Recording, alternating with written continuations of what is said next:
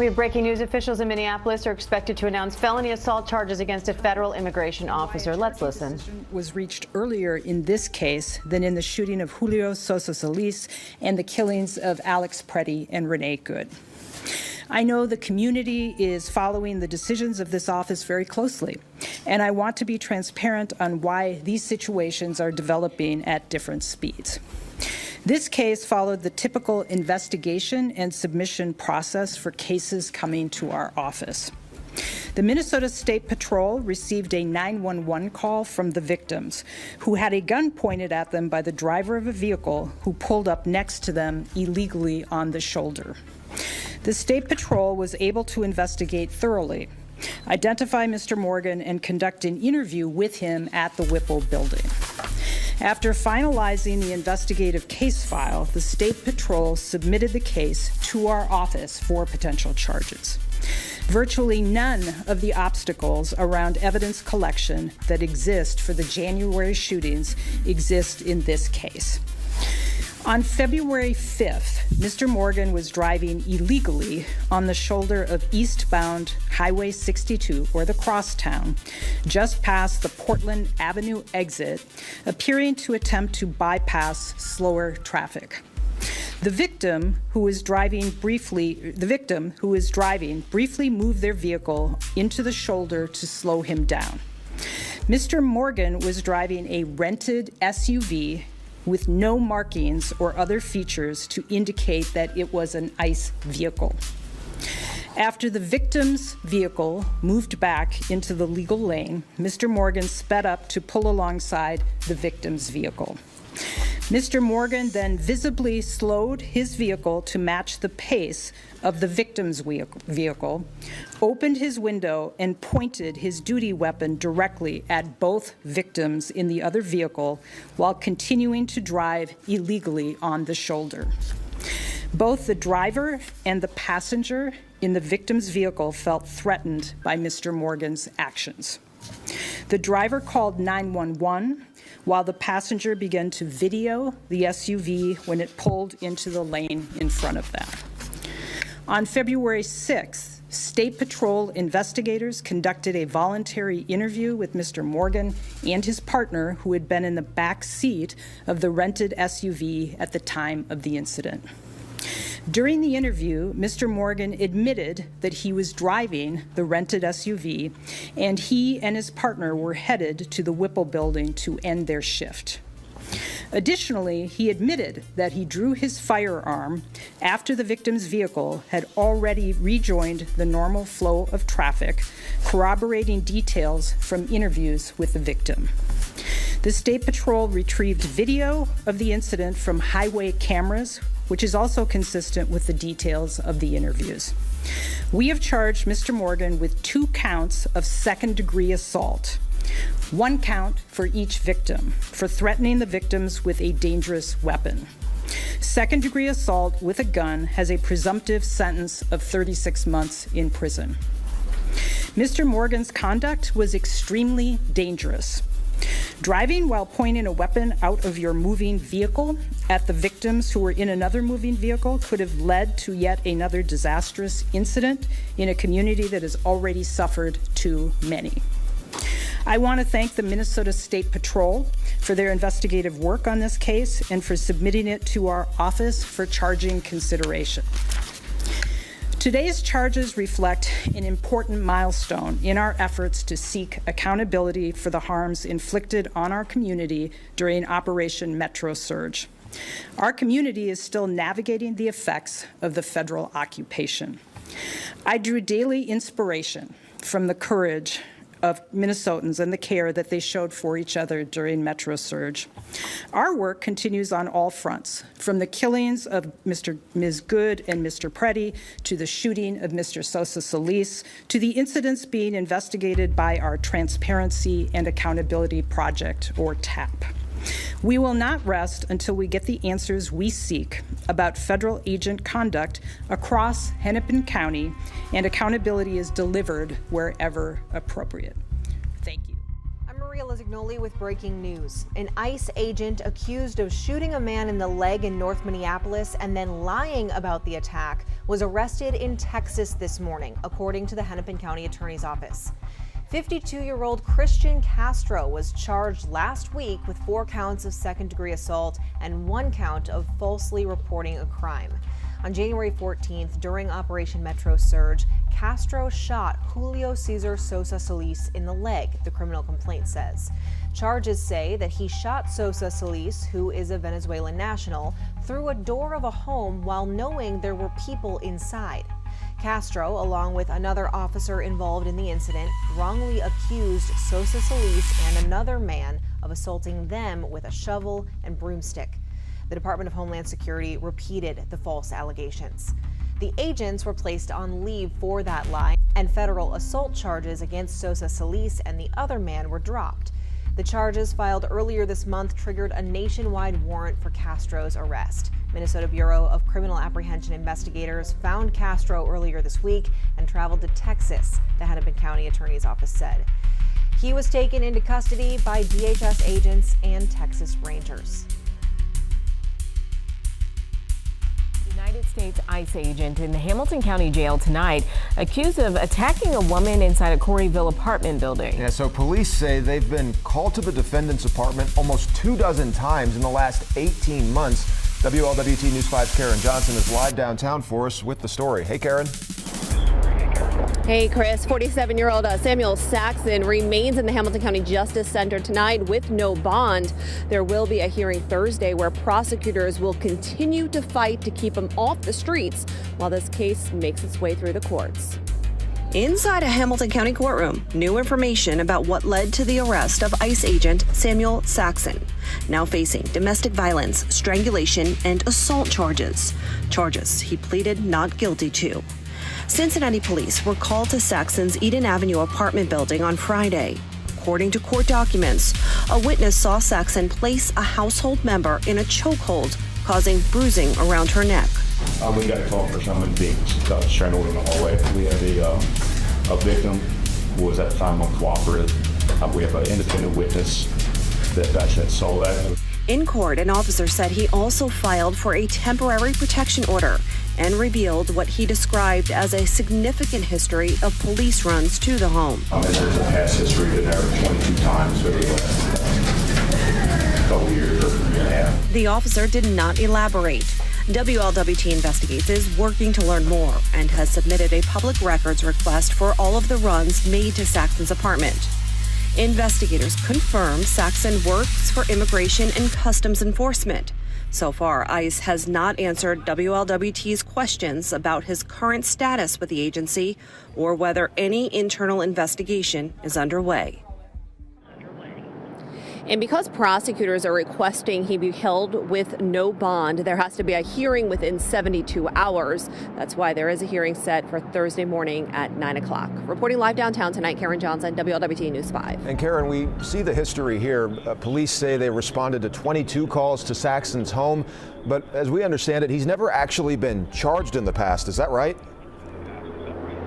Yeah, that is correct, Chris. We check with the Hamilton County courts, and from what we can find, this is the only time he has been charged with any crime. Again, we don't know what was behind those calls. We're waiting for Cincinnati police to fulfill our records request. All right, our Karen Johnson reporting live for us down. This evening, a man arrested earlier last week in Riverside County after being accused of assaulting a 17-year-old boy with a gun may have been a federal immigration agent. That's according to a lawyer for the family of the victim. Surveillance video shows the teen was driving on Daybrook Terrace in Temecula when Geraldo Rodriguez yelled for him to stop his truck. He can be seen demanding the unarmed teen to get out of the truck while pointing a gun at him and displaying a badge.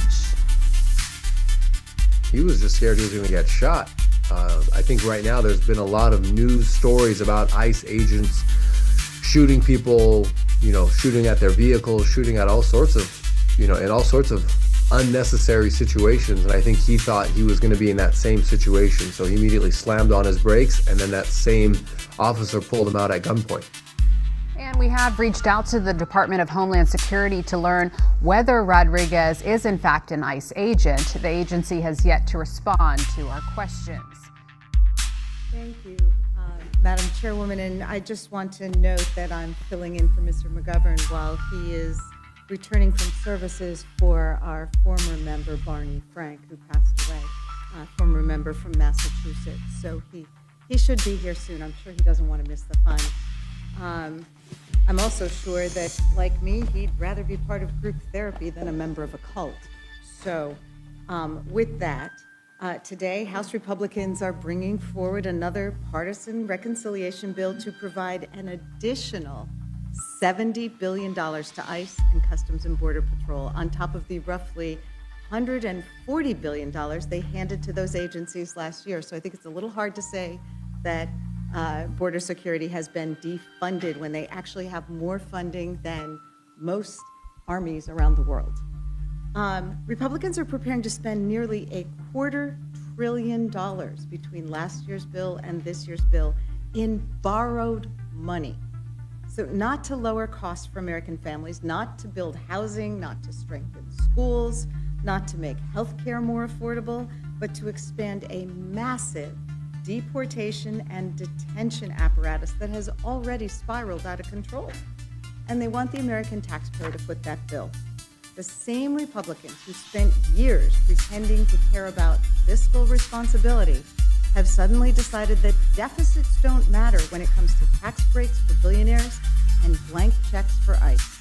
They've added trillions to the debt between last year's bill and this year's bill with tax giveaways to the wealthy in the big ugly bill, and they want to spend billions more in this bill to fund masked and armed agents making raids in American cities, sprawling detention camps to house people who are not criminals, mass surveillance of citizens who oppose Trump's dangerous and divisive agenda, and unconstitutional abuses against Americans and immigrants alike. What makes this especially outrageous is that Republicans are pursuing this legislation through the partisan reconciliation process. They have to do it that way because they have refused every opportunity to negotiate a responsible bipartisan funding package through the normal appropriations process. Democrats proposed reforms and oversight measures. We demanded accountability after the killings of Renee Good and Alex Preddy. We proposed guardrails to prevent the abuses Americans have witnessed over the last year and a half, abuses involving those masked and armed agents on our streets, fear and intimidation tactics, warrantless searches of people's homes, and the detention of lawful residents and even citizens. Republicans have rejected every effort to require ICE and CBP to meet the same public safety and civil rights standards as every other responsible law enforcement agency in this country. And that tells you everything you need to know. This isn't about responsibly funding border security. It's about giving this administration more money and more power with fewer constraints and less oversight. An administration that has already demonstrated that it can't be trusted with the extraordinary powers it already possesses. An administration that with this legislation, Republicans are rewarding with yet another blank check. And where exactly is all this money going to? That's a serious question because by all accounts, ICE and CBP are already struggling to spend the billions of dollars that they were given last year by our Republican colleagues. Yet somehow we're supposed to believe these agencies urgently need another $70 billion. Americans have every reason to be skeptical, especially given the corruption surrounding this administration's spending and contracting practices. As Republicans lecture the country about waste, fraud, and abuse, including with the package of so-called anti-fraud bills that they're putting forward today, this administration has turned DHS's contracting into an open-air patronage system. Companies that spent years pouring money into Republican campaigns and Trump-aligned political operations stand poised to make billions more from this legislation. Politically connected contractors and allies of former Secretary Noem have already cashed in. How many well-connected consultants and contractors are going to get rich off this bill? While all this corruption and fraud happens in broad daylight, Republicans continue to ignore the actual problems facing the American people. Gas prices are pushing $5 a gallon because of this administration's reckless and unconstitutional war in Iran. Families are struggling with high housing costs, unaffordable health insurance plans, and record inflation. The war that's already cost over $100 billion has no clear end in sight, particularly after hostilities this weekend. Americans were promised no foreign wars, lower costs, and economic stability. Instead, we've got another forever war, more inflation, and another massive bill for taxpayers to finance. Imagine what $70 billion could do if Republicans were interested in solving real problems instead of manufacturing fear. Congress could make a historic investment in affordable housing, strengthen our public schools, expand community health centers, fund legal services, lower prescription drug costs, or even begin reducing the deficit, which is the justification that our Republican colleagues give every time they cut vital services for Americans, like the $200 million they cut from WIC last week. But that's not where their priorities lie. This legislation makes clear once again that today's Republican Party is perfectly comfortable using the power of the federal government to punish vulnerable people, to enrich politically connected allies, and to consolidate executive power, all the while claiming there's somehow never enough money to help ordinary Americans. Americans are fed up. They deserve better than this, and I urge my colleagues to reject these measures, and I yield back. Thank you very much. So once again, I would welcome everybody to the Judiciary Committee's oversight hearing for the Department of Homeland Security. This hearing comes amid a Democrat-led funding shutdown for the Secret Service, for FEMA, for TSA, and the Coast Guard. These agencies are vital to keeping our country safe. The hearing also comes as our military is engaged with Iran, and I offer my prayers and thoughts to our brave servicemen, and particularly to those families that have lost loved ones. Now more than ever, I hope the Democrats will decide to end the shutdown. The Trump administration has worked to deport those who don't have a legal basis in our country. Unfortunately, in the process, some DHS officers, migrants, and protesters have felt threatened, were injured, and in very rare instances, even killed. Mistakes have been made. Let's make it clear, one death is too many. But officers should never be threatened or harmed while enforcing our laws. And there is a clear difference between conduct protected by the First Amendment and unlawful obstruction. From my perspective, I believe immigration enforcement and dignity aren't mutually exclusive. Secretary Noem, I look forward to hearing how you're addressing these important issues while continuing the department's mission. And your department's mission is, of course, one of the most challenging in government. The responsibilities of the Department of Homeland Security are immense. Your department operates in a dynamic environment with increased threats against officers. According to DHS, ICE officers have faced an 8,000% increase in death threats. ICE officers have faced a more than 1,300% increase in assaults. Federal law enforcement officers risk their lives finding and arresting criminals. Those criminals have committed murder, sexual assault on women and children, and many have been part of criminal gangs. According to DHS, ICE has arrested tens of thousands of potential national security risks. and ICE has arrested over 1,500 known or suspected terrorists and made over 7,000 gang arrests.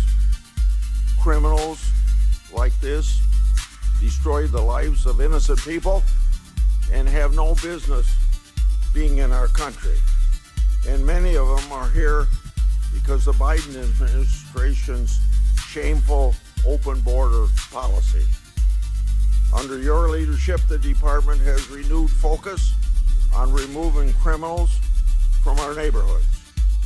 You've also accomplished what many of my Democratic colleagues have said could only be done through new laws. You did it by securing the border, and President Trump did as well. In 2025, border crossings decreased 93%.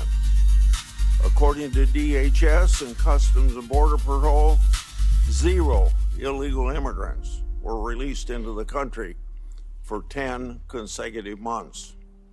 And Customs and Border Protection has seized over 617,000 pounds of drugs.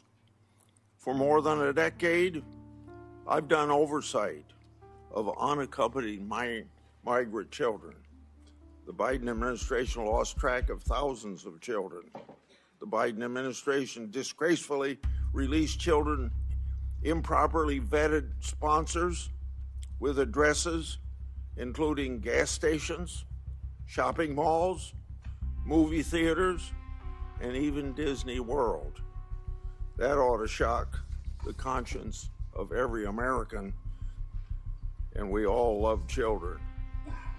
The Trump administration has located over 145,000 of these children lost by Biden's open border policy.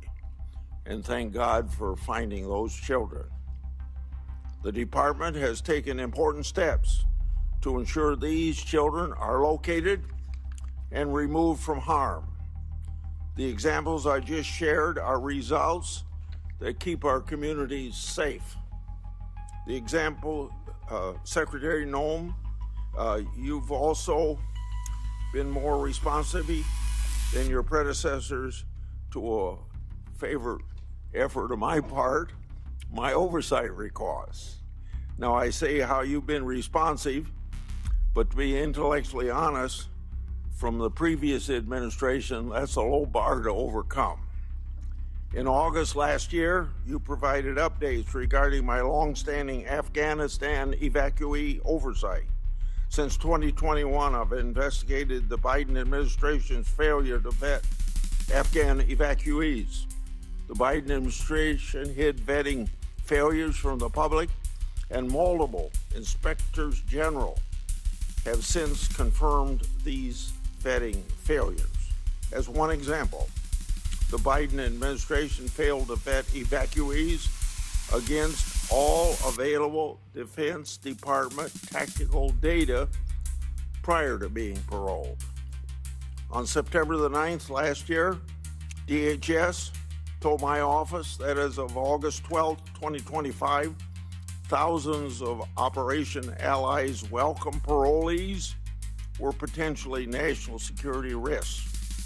Records provided by DHS also show the Biden State Department recommended a special immigration visa to Afghan nationals charged with shooting 2 National Guardsmen here in Washington, D.C. According to the Biden State Department, at that time, the terrorist, quote, poses no threat to national security, end of quote. The Biden administration's failure to put this country at risk. Yet, my Democratic colleagues keep trying to ignore that historical fact. You all know I'm a strong supporter of inspectors generals and oversight. Inspector General Kafari has told my office several times that he's been restricted by DHS memo from speaking to certain congressional committees about classified report. That report is about covert testing of the Transportation Security Administration checkpoint security screening. I hosted last year a bicameral, bipartisan, classified briefing with senior DHS officials on that matter to do what I can to bring about transparency. I asked the Inspector General, Kafari, to attend, but he declined, asserting that there was a memo in the department preventing him from doing so. I've also commissioned the Government Accountability Office to review the matter relating to that classified report. Government Accountability Office has said they've been unable to obtain possession of the report and access to relevant Transportation Security Administration personnel. Inspectors General and the Government Accountability Office help bring about transparency, and we all know transparency brings accountability to government. Secretary Noem, if what my office has been told is accurate, these matters should have been ironed out a long time ago. If that isn't accurate, you can tell me. Lastly, after your confirmation, you worked with me to restore 3 whistleblowers to their jobs. Thank you for helping me, but more importantly, thank you for bringing justice to those people, because those whistleblowers faced tremendous retaliation for just reporting what the government should have been doing. They blew the whistle on the government's failure to comply with DNA Fingerprint Act of 2005. By executive order, President Trump has required compliance with that law. Now those whistleblowers have been elevated to supervisory roles. They'll receive back pay to cover years of financial losses. For 2 of them who needed it, their law enforcement credentials, badges, and firearms were reauthorized. Often I say whistleblowers are treated like skunks at a picnic, and these were treated like skunks by the previous administration. That administration failed to do right by these whistleblowers. I appreciate your leadership in righting the wrongs against those patriotic whistleblowers. Well, the shooting of Alex Preddy by federal agents in Minneapolis led to outrage in the city and put a spotlight on the Trump administration's immigration policies. It also is the latest flashpoint in Georgia's ongoing U.S. Senate race. Incumbent Democratic Senator Jon Ossoff, up for re-election in November, he said over the weekend in part, quote, "Massively deployed and ill-trained federal forces are violating civil liberties with impunity and showing reckless disregard for life and prosperity." And in a post on X yesterday, the senator called on the Republicans who are running to challenge him to, quote, join other GOP leaders who are calling for a full, transparent, independent investigation into Alex Preddy's killings. Well, when asked by 11 Alive News, those candidates shared a different view. A spokeswoman for Representative Buddy Carter said that the congressman stood by his earlier call to bring more ICE and DHS resources to Metro Atlanta. He said in part, quote, "ICE has every right to defend itself. The violence we are seeing against law enforcement is a direct result of politicians like Jon Ossoff, who demonize them for doing their job to keep our cities safe." A Carter spokeswoman did not respond when asked if the congressman believed that ICE was justified in using lethal force against Preddy in light of bystander video appearing to show he never brandished a weapon. Well, when asked for a comment, Representative Mike Collins, he said that a spokesperson for Collins said that he has full faith in the President Trump and his team to carry out the largest deportation effort in American history.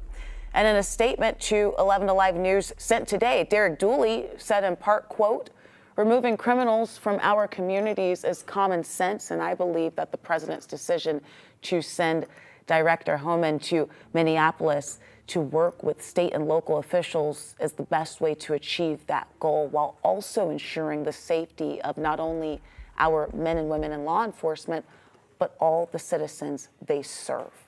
We do have more on this story and the ongoing Senate race right now on 11alive.com. We'll also be talking about it this Sunday morning on the Georgia Vote.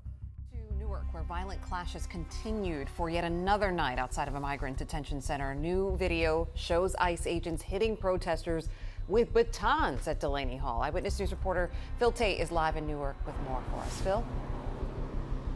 Yeah, Charlene Perry, and we'll show you that video in just a few moments. It paints the picture as to what happened here just hours ago, and for a sixth night of protest as these demonstrators continue to clash with federal immigration officers. Some of those protesters still out here this morning. They say that they're standing in solidarity with the detainees that are inside of Delaney Hall. They say that they are facing inhumane conditions as a hunger strike is happening just inside. But right now, you're taking a live look as to what we've been seeing over the past couple of hours. Things appear to be peaceful as of right now, but we have also seen how quickly things can escalate. But let's pull up that video for you.